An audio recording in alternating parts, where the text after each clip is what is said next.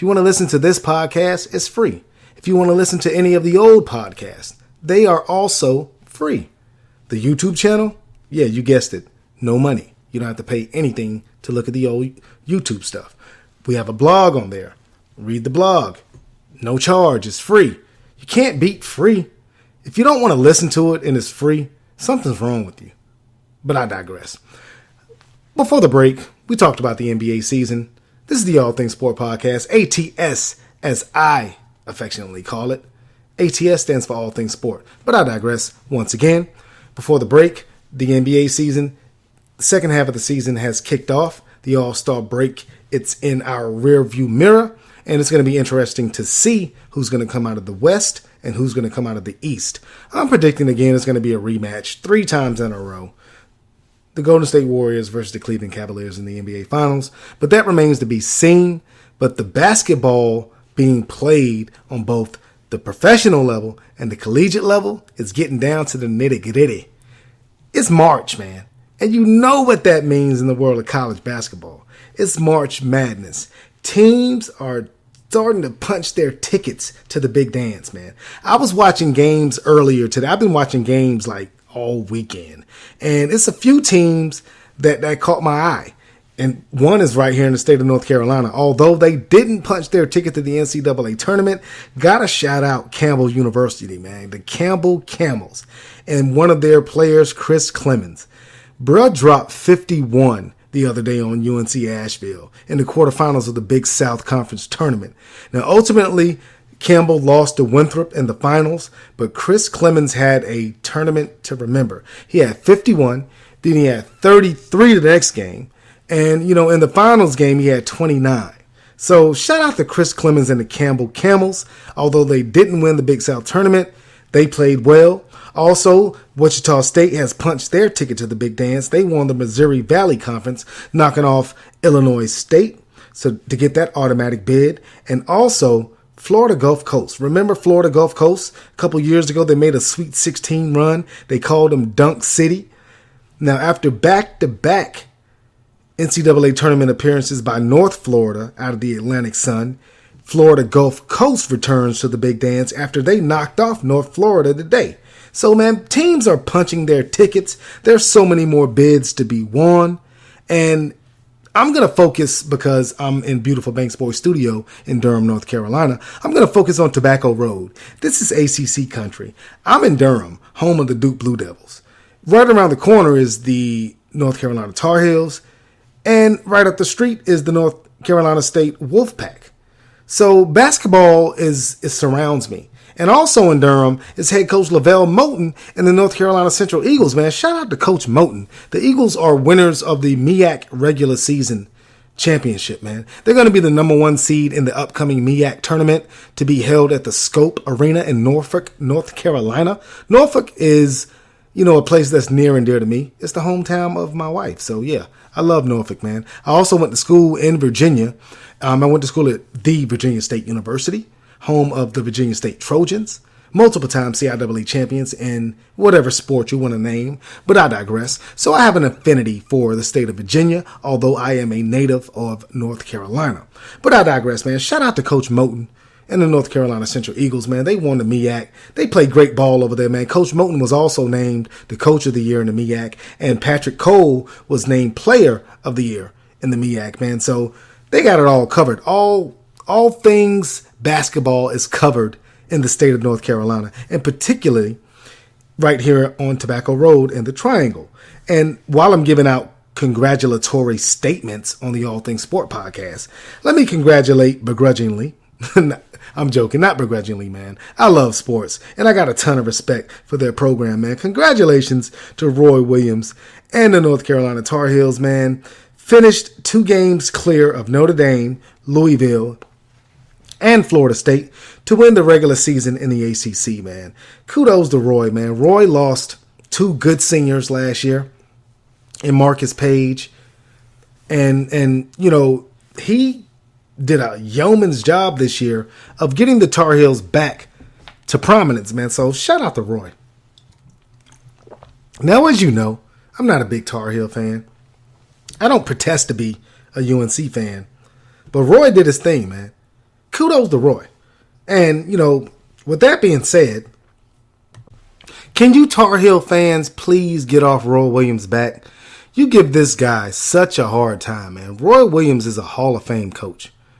And, he's proven it time in and time out, man. The guy is a national champion multiple times. And gets a raw deal in my humble. In the eyes of a lot of Tar Heels fans. So get off Roy's back. They're regular season champs in the ACC. They're going to be the number 1 seed in the upcoming ACC tournament held in Barclays in Brooklyn. Shout out Brooklyn. In Brooklyn, New York. And, I think the Tar Heels have a great chance of winning that ACC tournament and going on to the NCAA tournament to make a Final Four run. Now, I watched the Tar Heels and the Blue Devils play this past weekend in the rubber match of their annual rivalry game. The Blue Devils took the first game in Cameron, which is to be expected. When you're a rival and you play at home, you got a pretty good chance of winning. So this game, the second game versus the Blue Devils and the Tar Heels, man, it did not disappoint. Back and forth all game. Joel Berry, junior point guard, went ham. Senior big man Isaiah Hicks out of Oxford, North Carolina, went crazy. The often injured and foul trouble-laden Isaiah Hicks had 21 points, 9 rebounds, 21 big points. Joel Berry, 5 for 5 from the three-point line, 28 points to lead the Tar Heels. And with all that, it was a close game throughout, man, because Duke has a player that is so underrated in my opinion. Luke Kennard. Buddy can hoop. The lefty from Ohio, buckets. Luke Kennard, big time game versus the Tar Heels. And it wasn't enough. Duke missed a few free throws down the stretch. Carolina made the plays that they needed to make when those plays were available to be made, and the Tar Heels came away with a big senior day victory. And again, man, on senior night, man, kudos to Roy once again. I'm feeling kind of weird giving Roy Williams all these accolades and adulation, but as in tradition at UNC, and Roy Williams does this every year. He started all the seniors, every senior, started 5 seniors to start the game against Duke. And, Roy, that's a great gesture that Roy Williams does for his seniors, man. Just a reminder, man, that, some coaches do care about their players, man. It's not all about wins and losses sometimes. And, Roy Williams does it now. Dean Smith did it before Roy did it. So, yeah, man, shout out to Roy Williams for doing that for his seniors. The annual rivalry game between Duke and Carolina was a barn burner. Loved the game, man. And Carolina came out on top to secure that ACC regular season championship. Duke will go into the ACC tournament as the 5th seed because, Duke uncharacteristically this season lost 7 games in ACC play, man. Now, to Duke's defense, they did have a bit of an injury bug this season. Harry Giles has never been the same player. He had 2 knee surgeries while in high school, the talented freshman Harry Giles. One of the other freshmen, Jason Tatum, who had a great year. He missed a lot of time during the beginning of the season because he was hurt. Grayson Allen hasn't really practiced all season because he's been banged up all season, and he hasn't been the same player that he was from last year. But Luke Kennard pretty much carried the load offensively this season for Duke. Kennard averaged 20 points, 5 rebounds for the season. I have him on my first team all ACC ballot along with Justin Jackson from UNC. And, Duke uncharacteristically again had 7 losses in the conference. So they're going to be a number 5 seed in the ACC tournament coming up in Brooklyn. Now, Carolina was a number 1 seed. Seeds 2 through 3, Florida State, Notre Dame, and Louisville, they all have 12-6 records. Now, Leonard Hamilton did a great job at Florida State this season. Mike Bray, great job at Notre Dame. Rick Pitino, Hall of Famer, always does a great job with Louisville. All 3 of those teams are 12-6. So Carolina, FSU, Notre Dame, and Louisville, they're going to get first-round byes in the ACC tournament. But Duke has to play. They have to play an extra game, man. So I don't know how Coach K is going to navigate that with all the injuries they've had this season. But, he is Coach K. He's a Hall of Famer. So I'm pretty sure he's going to be able to figure it out. Now, moving up along the road in Raleigh, NC State, very disappointing season, culminating in the firing of head coach Mark Gottfried. Mark Gottfried has been at NC State for 6 seasons. Had a good run, man. Couple, Sweet 16 runs. Made the NCAA tournament 4 years. He actually made the tournament the first 4 years he was in Raleigh. But last year they didn't make the tournament. And this year, they're not going to make the tournament. The Wolfpack are 15-16, 4-14 in the ACC. And Dennis Smith Jr., I feel so sorry for him, man. Fantastic freshman out of Fayetteville, North Carolina. He's my ACC Rookie of the Year, but I digress. Dennis Smith Jr. averaged 18 points and led the ACC with 6 assists per contest. But the Wolfpack just played with no passion this season, man. I don't know what happened. I don't know where to point the finger. I don't want to point all the blame at Mark Gottfried. But, in the case of Mark Gottfried, he paid for it with his job. Now, Debbie Yao, athletic director at NC State, did allow Mark Gottfried to finish out the season. They're going to play Clemson in the opening round of the ACC tournament. I don't know what's going to happen. Anyone who knows me know I grew up a huge NC State fan. But the older I get, the less I care. And that's sad to say that, man, because I was NC State everything growing up. When all my friends were Duke and Carolina fans, I bled NC State Wolfpack red. But, it gets hard to support the NC State Wolfpack, man. I'm a glutton for pain. I have a lot of tattoos. I have fraternity brands. Shout out to the Omega Psi Phi University, the New Psi chapter at Virginia State University. But I digress. I'm a glutton for pain. But I can't take any more, man. I can't do it, man. So NC State, they're going to play Clemson in the first round. I don't know if they're going to win or lose. At this point, who knows? But the ACC tournament is coming up at the Barclays Center in Brooklyn, New York.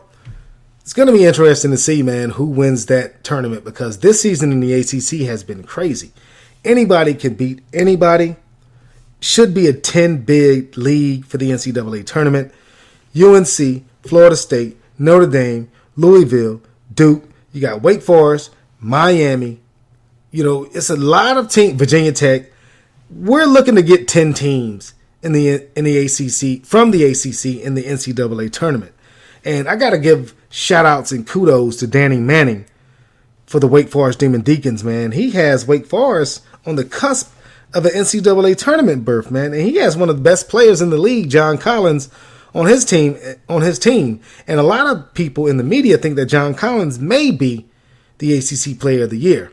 But I'm going to talk about that after this commercial break. I'm going to pay some bills. I'm going to take another swig of my natural spring water from Harris Teeter, bottled out of a protected gap in Roaring Gap, North Carolina. You guys don't go anywhere. If you do, come right back. We're going to close out the show after this commercial break. It's ATS. Damian Banks here for Austin Davenport Construction. If you're a new homeowner, old homeowner, or whatever the case may be, if you need work done on your home, look no further than Austin Davenport Construction. Austin Davenport Construction offers services such as building and repairing foundations, brickwork, home repair, waterproofing. Whatever you need, chances are Austin Davenport Construction can hook you up. If you need backsplash in the kitchen, they got you. If you want to get the roof work done, they got you. If you want new tile in the kitchen, they got you. New tile in the bathroom, I'm pretty sure they can hook you up. So if you want to get your new home worked on, you want to get your old home worked on, whatever you need, Austin Davenport Construction has your back. To contact Austin Davenport Construction, call 919-697-6912 or 919-450-7517. Also, email austindavenport@gmail.com or go to the website austindavenport.com. Austin Davenport Construction. Get your home done right. What you ain't heard? Somebody done told you wrong, punk. It's the All Things Sport podcast with Damian Banks and Pierre Banks. Latifah, party's right here. On Spreaker Radio.